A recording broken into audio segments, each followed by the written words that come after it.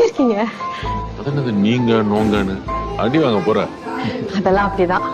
ரொம்ப நாள் ஆச்சுல பார்த்து, கொஞ்ச நேரம் பேசினா சரியா போயிடும். சரி, நீ எப்படி இருக்க அதை சொல்லு. அதான் இருக்கேன்ல, பார்த்துட்டு தானே இருக்கேன். வீட்டுல எப்படி இருக்காரு? இருக்காரு. வேலைக்கும் போறது இல்ல, வீட்டுக்கு வர்றது இல்ல.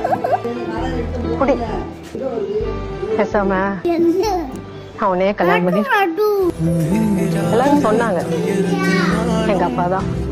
ஆனா இப்ப பாரு, இதே ஊர்ல தான் இருக்கேன்.